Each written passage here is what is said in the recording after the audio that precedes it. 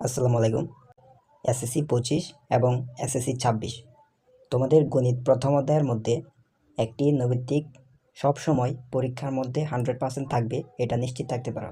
এখানে একটি প্রশ্ন দেওয়া আছে যে 0.012 এর উপরে পুনঃপুনিকের জন্য আমরা একটি টেকনিক অবলম্বন করব। টেকনিকটি হচ্ছে 0.0 পরে যতগুলো পুনঃপুনিক দেওয়া থাকবে পুনঃপুনিকের জন্য আমরা 9 দিব। যতগুলো পুনঃপুনিক দেওয়া থাকবে ততগুলো পুনঃপুনিকের জন্য আমরা 9 দিব, এবং দশমিকের পরে পুনঃপুনিক ছাড়া যতগুলো মান দেওয়া থাকবে ততগুলো মানের জন্য আমরা 0 দিব। এখানে দশমিকের পরে দুইটা সংখ্যা পুনঃপুনিক ছাড়া আছে, সো আমরা এখানে দুইটা 0 দিব। আবার উপরের ক্ষেত্রে আমরা বলেছিলাম হচ্ছে পুরো সংখ্যাটা লিখব। এখানে যেহেতু 0.0 দেওয়া আছে, সো এটা আমাদের লিখতে হবে না।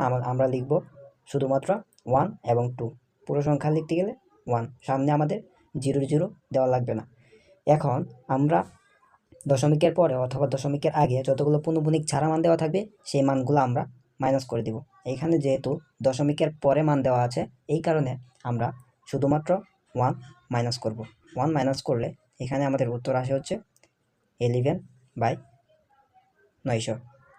এটি আমাদের ক নাম্বার সঠিক উত্তরে দেওয়া আছে, সো আমাদের উত্তর হবে ক নাম্বার।